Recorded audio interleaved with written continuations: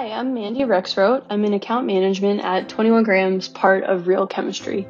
You know, at 21 Grams, we really believe that medicine should be more inspiring than sneakers. And we talk a lot about how healthcare is so intimate to all of us individually. And healthcare has always been a big part of my life. I'm one of three, and I grew up with a sister who is autistic and a brother with type 1 diabetes. He was diagnosed when he was 3 years old. And as I, grew into my adult life and my professional career within advertising, there was a point where someone told me that I had grown up as a caregiver.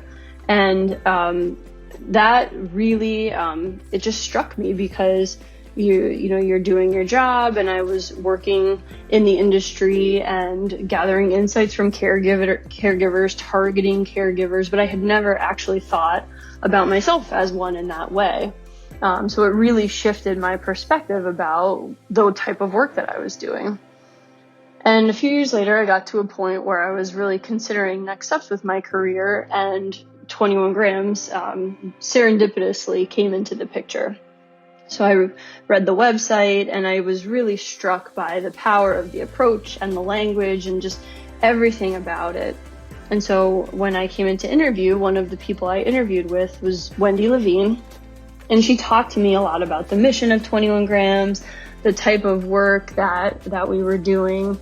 And she shared with me some stories about spending time with one of the families who was taking a treatment that, we were doing some work for. And the way that she talked about the impact on the family just really made me open up. I've always been, a little bit more private about my family, my personal life, the kind of the way that I grew up. And so I ended up telling her some stories, and we both actually sobbed during my interview. So, needless to say, long story short, I, of course, took the job and I've been here ever since. And I've had the great privilege of doing exactly that type of work that really is making an impact on the community that we're trying to serve.